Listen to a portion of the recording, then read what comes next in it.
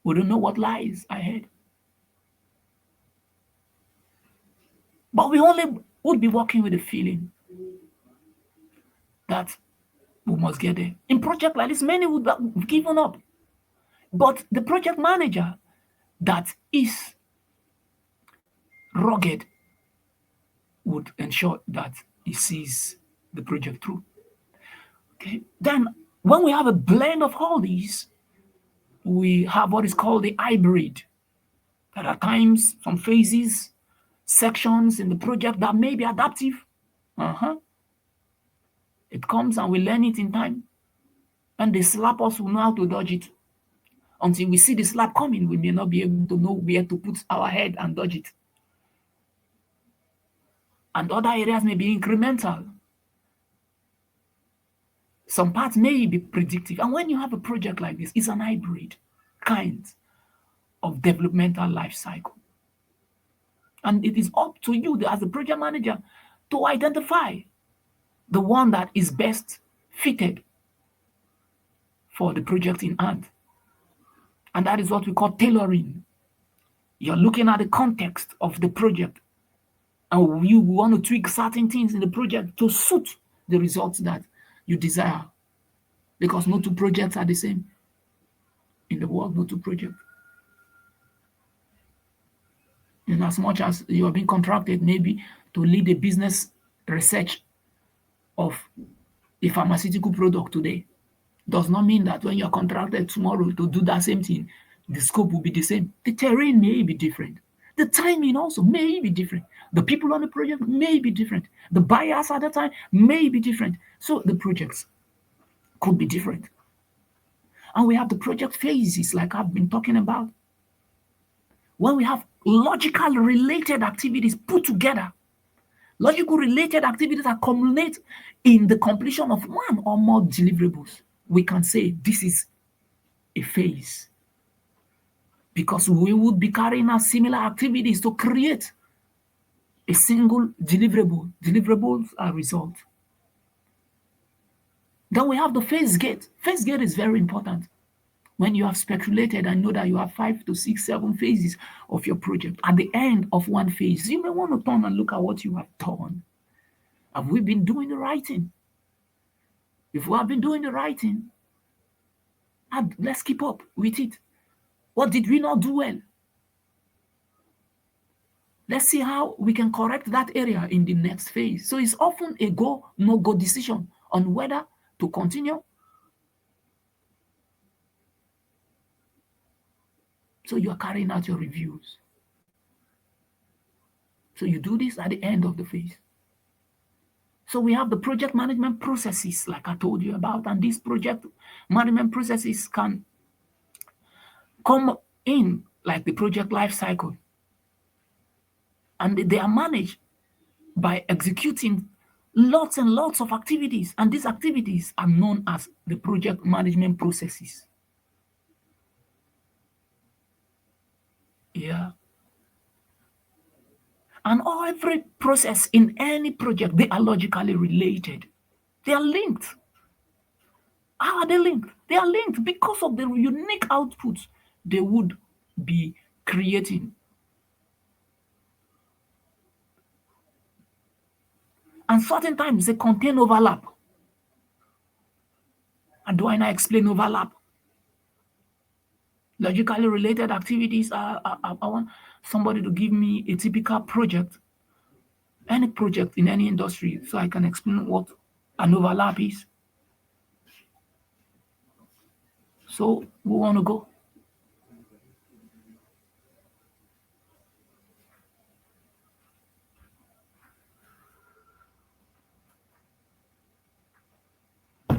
Okay. I truly do not believe US is sleeping at this time because even Nigeria is awake. Unilag is awake. So who want to give me a typical project?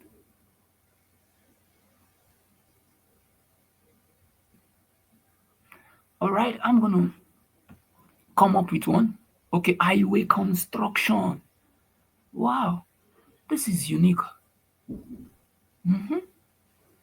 Like you have been doing some starting construction. Okay, in the highway constructions, the very first thing you may be required to do could be the feasibility studies, could be the site scene, could be clearing. After clearing, could be grubbing, where you are removing the topsoil, could be gathering, where you gather what you have cleared and you grub the topsoil. Maybe that topsoil that is not stable, you grub it, remove it to a more stable soil, and you now start pouring your course to have a more stable platform. You now start, when you do all these things, overlap means that when they are grubbing, we may now start going into the market to look for the bulldozers at the same time. I'm sorry, when they are grubbing, we may be looking for the batch mixers that will mix the concrete. We may just wait for them to use the bulldozers and the rest and get into the site. If the bulldozers are supposed to be at the site for 10 days, we may just wait for 5 days, and as soon as they have achieved 50% of the clearing, we will just initiate the procurement aspect or the negotiation of materials and equipment. Can you see that grubbing and procurement would have 5 days overlap? These are individual activities, but I'm just using them. Grubbing alone is a huge activity, is ambiguous. We can further cascade that into smaller and more manageable level that will now start having other overlaps within it. So overlap means not finishing one aspect of it before you start another one. Yeah. I like to localize, but I wouldn't want to localize at this time. Because there are ways I explain things when I use your village terminology. You'll be like, so you see what you mean? Yeah. So that is about overlap. Let's check. I think, okay. So that's the processes may have overlaps. These are 49, like I told you, 49 sub-processes that I'm going to be showing you as we move from chapter to chapter, as we move from knowledge area to knowledge area. And we have all these 49 sub-processes grouped into what is called the process groups. And these process groups are 5. And these are called the project management process groups. And that is the very first thing we do on a project. We initiate the project. Second, we plan the project. Third, we execute. Fourth, we monitor and control our execution. And fifth, we do what? We close the project. Aside of that, we have what is called the project management knowledge areas. There are distinctive 10 knowledge areas that expertise is required to ensure that we manage project to a good and satisfactory end. Looking at the very first page you saw here, they are speculated there. One of it is the project scope management. So you must know how to manage scope. How do you define your project scope? To include only the things that must be. Okay? And how do you define it? To exclude the things that must not be.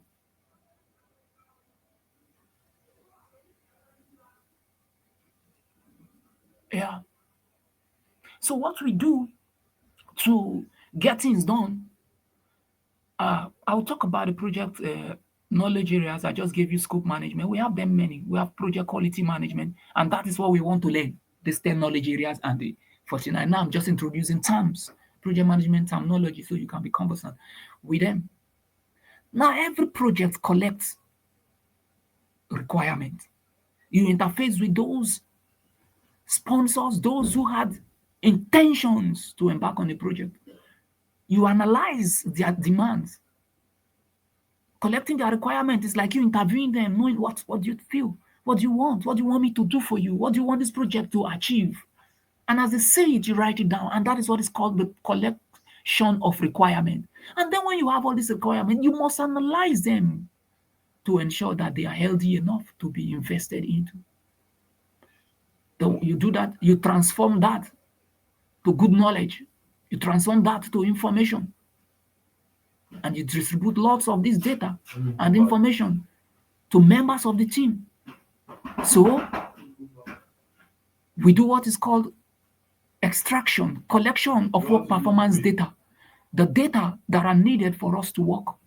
And once we analyze this data, they will give us knowledge, and that is what is called the work performance information. And where are we going to put this information to distribute them? That is the work performance report. How well are we doing? Where are we? That is the work performance report. I talked about tailoring, and it's very necessary because every project is unique. So you don't want to use the same idea, strategy, knowledge that you used on previous projects to get things done here. You may be missing certain things out. So tailoring has to do you selecting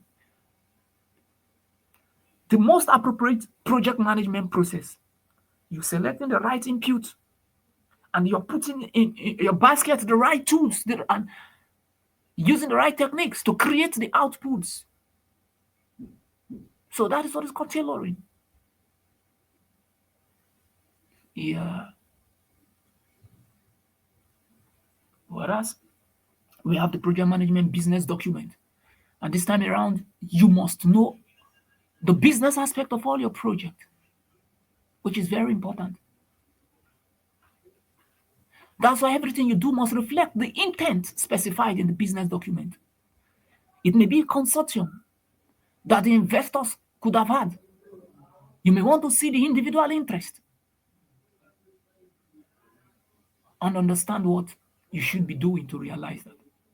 And there could be some products that are bought, some market research that could have been conducted. You need those documents that speculate the business that the project wants to realize. And there's one big word that I really want us to be conversant with, which is called the project business case. Project business case. This is like when you come up with a top argument that a project is worth investing into or not. That is a case. Or you are making argument in line with the business aspect. If it will have an economical value, by then you could have carried out your feasibility study. And it is this that you will use to establish the validity of the project and speculate the benefits to the investors. And this is what they too will look. If it is up to what they want, they now authorize the project. And you now go ahead to start carrying out the activity. So, in the business case, what do you want to see? You want to look at the business needs. What is the problem? What is missing? Why do we need to site a hotel in that place? Why do we need to come up with a startup in this community? Why do we want to embark in the sales of this product? Is there ready buyers? Oh, yeah, people have been looking for a supplier of so and so product that could give them this kind of satisfaction. That is a business need. Now let's analyze it. So the analysis too would be in the business case. You have analyzed it. Look at the situation, and then you want to come up with invest or not decision. Then you come up with your recommendations. You carry out your evaluations. That is, you're looking at your plans, how you intend to realize that profit, that benefit that you have seen. Project benefit management. Now that you have identified these benefits, would it not be appropriate? You manage them, not ensuring that you miss certain things in it. You want to realize 100% of your speculation. And what are these benefits? We have what is called a targeted benefit. This is what the organization wants to get. We have what is called a strategic alignment. We want to embark on a project that will position us in the industry and enshrine us as an authority. Then you may also want to look at the time frame for realizing that benefit, because projects are temporary. If you delay, another product could hit the market. Another investor could hit the market. So when you are on your project, there's what is called quick to market. Quick to market. Very important. As the idea is coming in, you are acting. You make all your assumptions. You identify your risk that are associated with those benefits, and you come up with response strategy.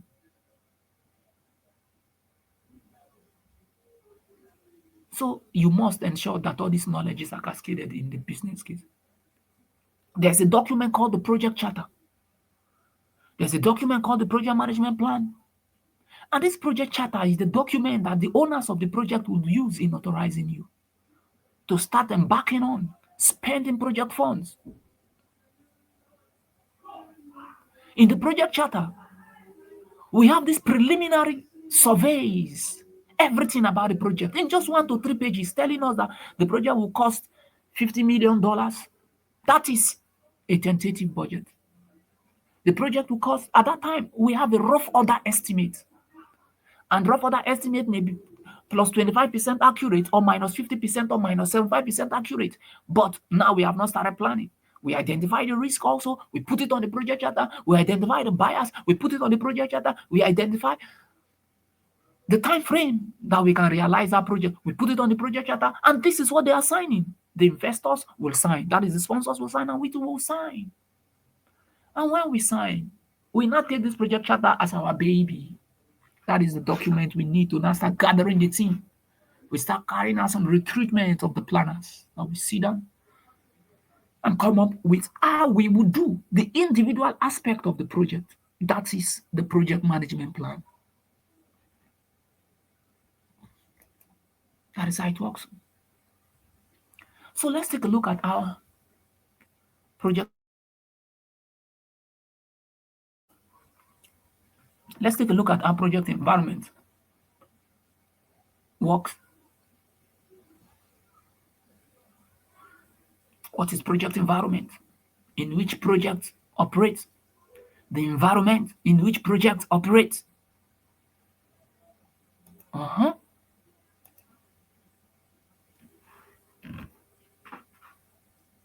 Yeah, 3 things I'm going to show you here now. So you can say, wow, this is how to speculate.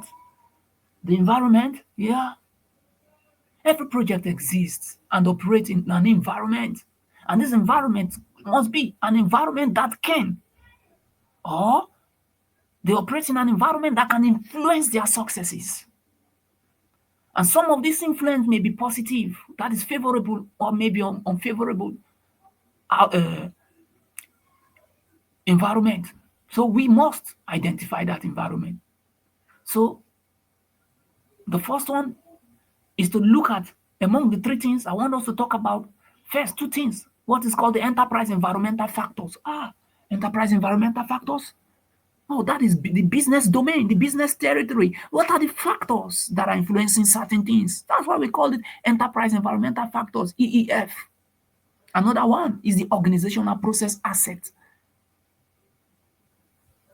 OPA. The enterprise environmental factors means that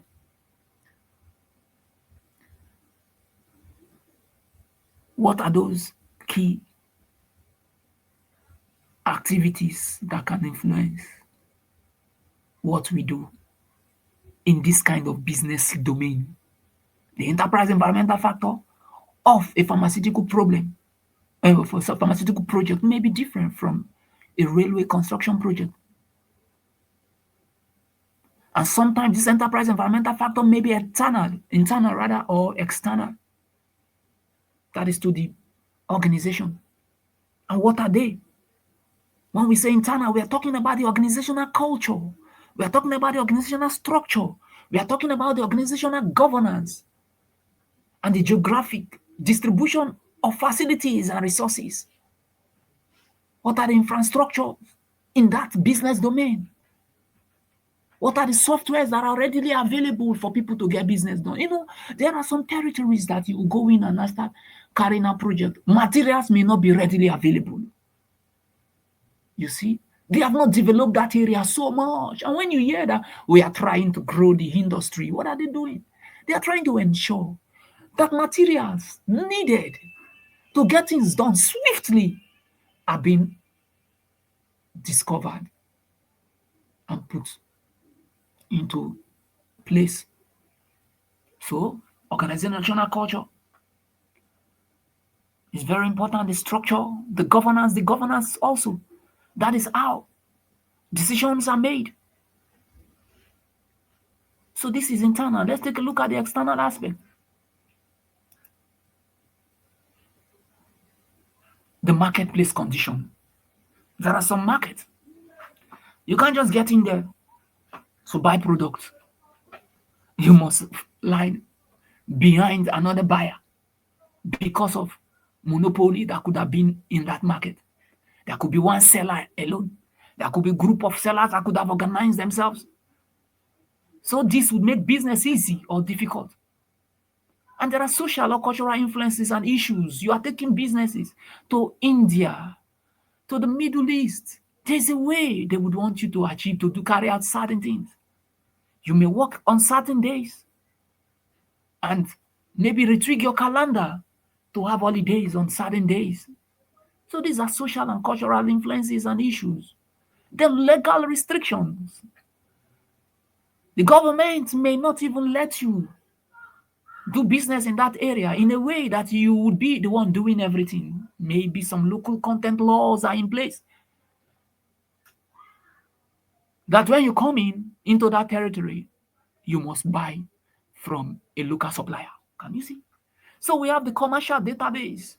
Everything you want to, find out about carrying out a project, doing business in that area could be readily available or not. That is the commercial database, and these databases may exist or not. All right. So that is that. Then we have the organizational process asset. When we say asset is something that brings money, put money into our pocket. So what are those processes? What are those things that we know how to do well? What are those things we have in our organization that will help us realize value? That's why we called it the organizational process asset. We could have learned so much. We could have had some templates. We could have had some repository of lots of archives of knowledge. So when we are embarking on any kind of project, we just go, pam, we cannibalize one. It's copy and paste we are doing. We are so rich now that there is no project at all in the world that we have not done before. So nothing is new under our own sun. So that is the OPAS, are the plans, the processes, the policies that you have so mastered, the procedures that you now have, and the knowledge base that is specific to and used by the performing organization to achieve project results.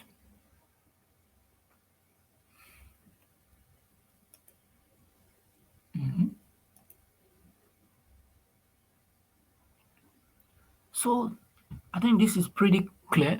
The enterprise environmental factor, the organizational process. I said I want to talk about the organizational system, and before I continue, I would like to get a feedback from somebody. This time around, the person will not type. Sorry about that. Just give me feedback if everything has been good. If we have to move on. Now we're already spending 1 hour. I thought we could just finish and within 1 hour. All right. Any feedback?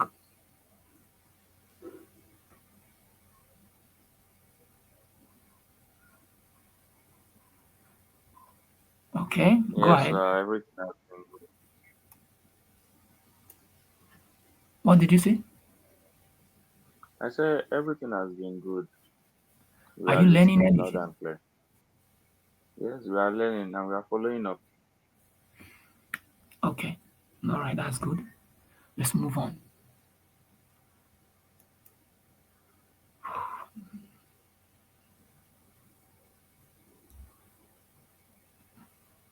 Organizational systems.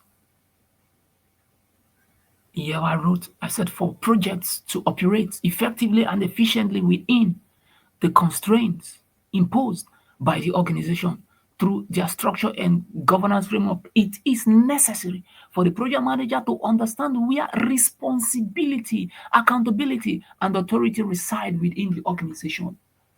What is he saying? You understanding the political structure of your organization.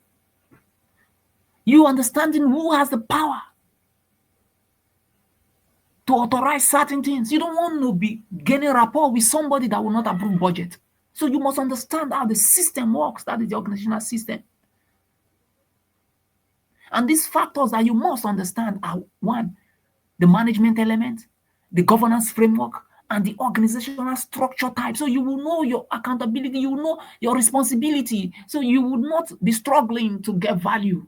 You will not be struggling to influence. You will not be, you just know where to go to for the kind of support you need, who to report to.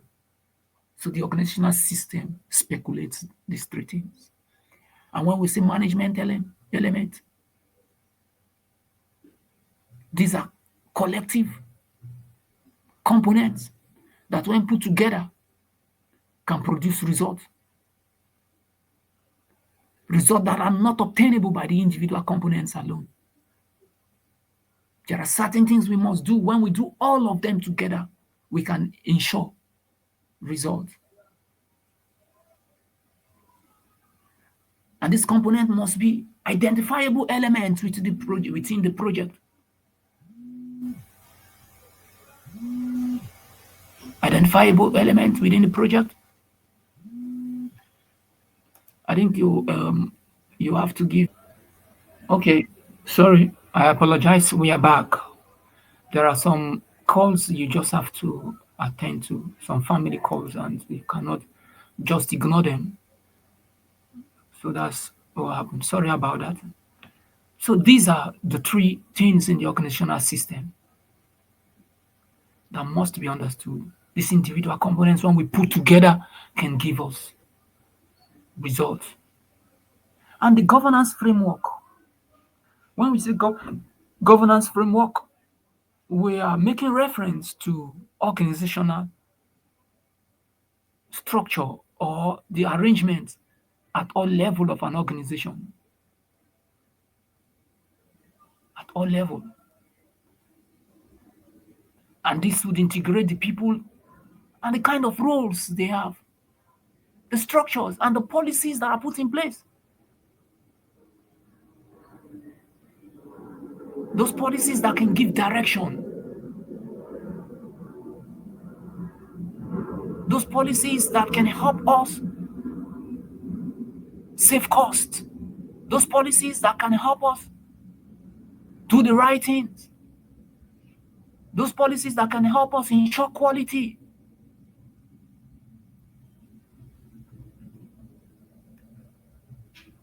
Yeah.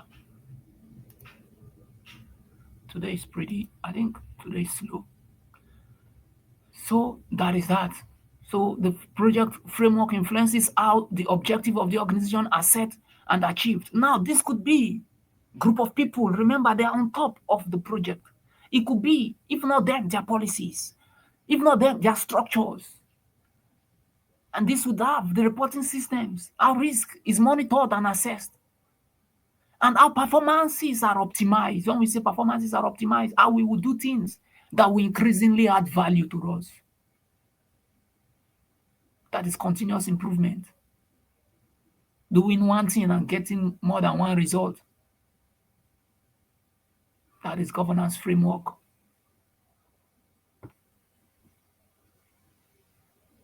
Then we have some organizational structure, and I need us to give attention to this. Every project must exist in an organization, and every organization would have one or two kinds of structures. There's what is called the matrix structure of organization. That matrix structure can also be broken down to three different levels. One, the strong matrix, the weak matrix, and the balanced matrix. Pay attention. I'm going to be giving you responsibility on this area at the end of the class. You as a project manager, you have been contracted to come on board. So you must identify your own power, what you can influence and what you cannot influence. Who are you supposed to report to? So the matrix will not tell you if it is a strong matrix. It means that you, the project manager, you have maximum to all the power to influence things on the project. And now there are two people, you and one other person that you will be competing with in the organization. You and the functional manager. Who is the functional manager? The functional manager is the departmental manager. For instance, in a construction project, we may have the manager that is in charge of um, the drawings, that is the coming up with the architectural plans. We may have the civil engineer that is in charge. So now that you have been brought upon a railway project,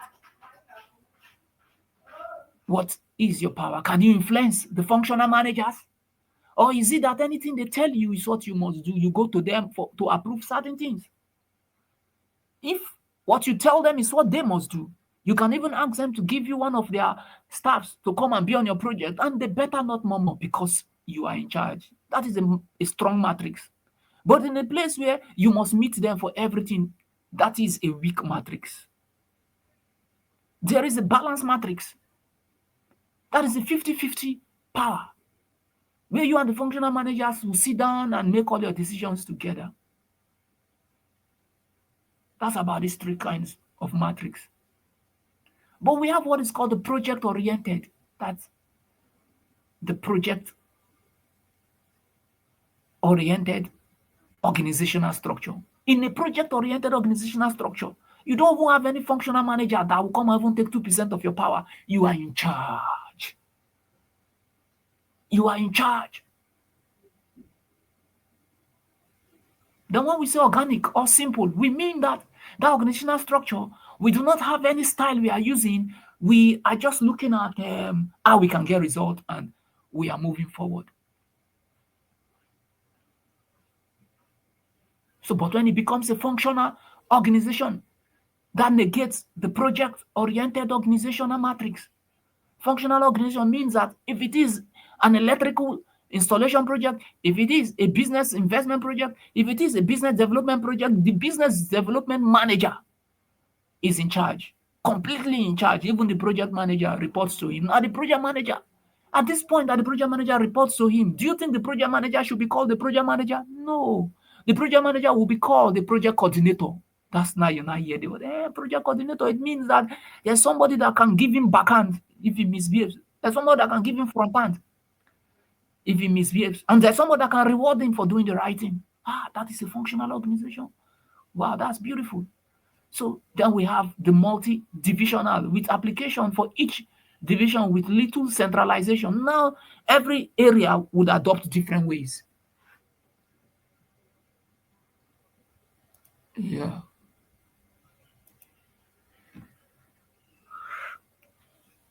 Hybrid is still there when we have a blend of this. And then we have the PMO, that is portfolio program or project management office organization. Now, there are things that have been happening around now. Companies have started coming up with the project management offices in their organization. So this is where they go to for any project related activities. They go and get knowledge there and take directive. And this PMO does three things. There are some project management offices that their responsibility is to just support the project. When you're supportive, it means that you are not fully in charge. They're just supporting, right? It sounds like a functional organization. It sounds like a weak matrix. Then there are project management offices in the organization that could be controlling. So these ones, they're in charge. And controlling, they are in charge, not like in charge. But when it comes to project management activities, whatever thing they say is what will happen. Then we have the directive.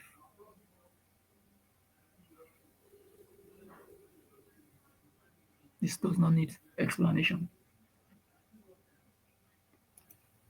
Yeah. So for all what I have said, there's a chart right now on your screen.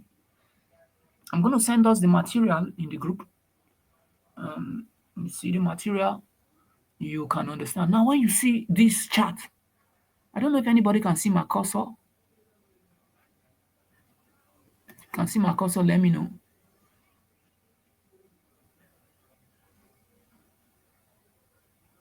Is my cursor showing on the screen? Because I want to explain certain things. He said, no.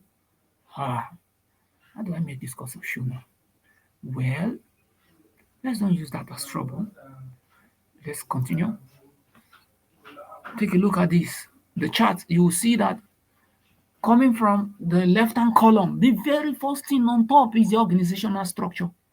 Under the organizational structure is the project characterization.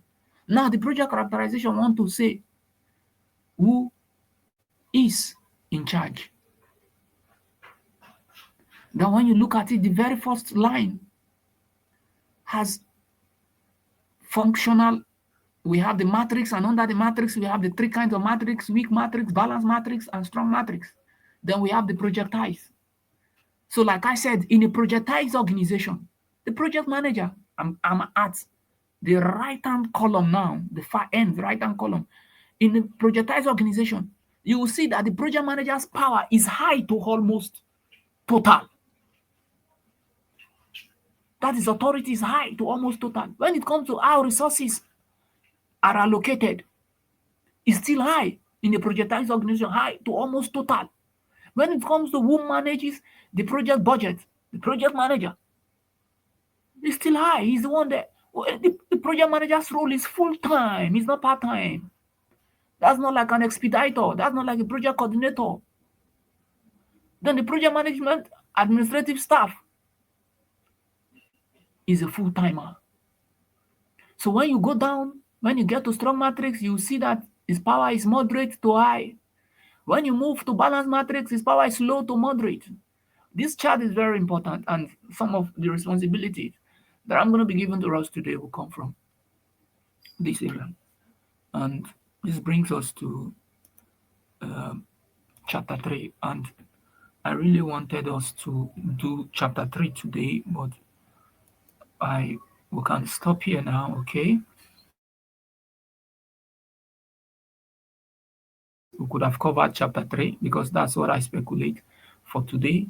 But let's call it a day.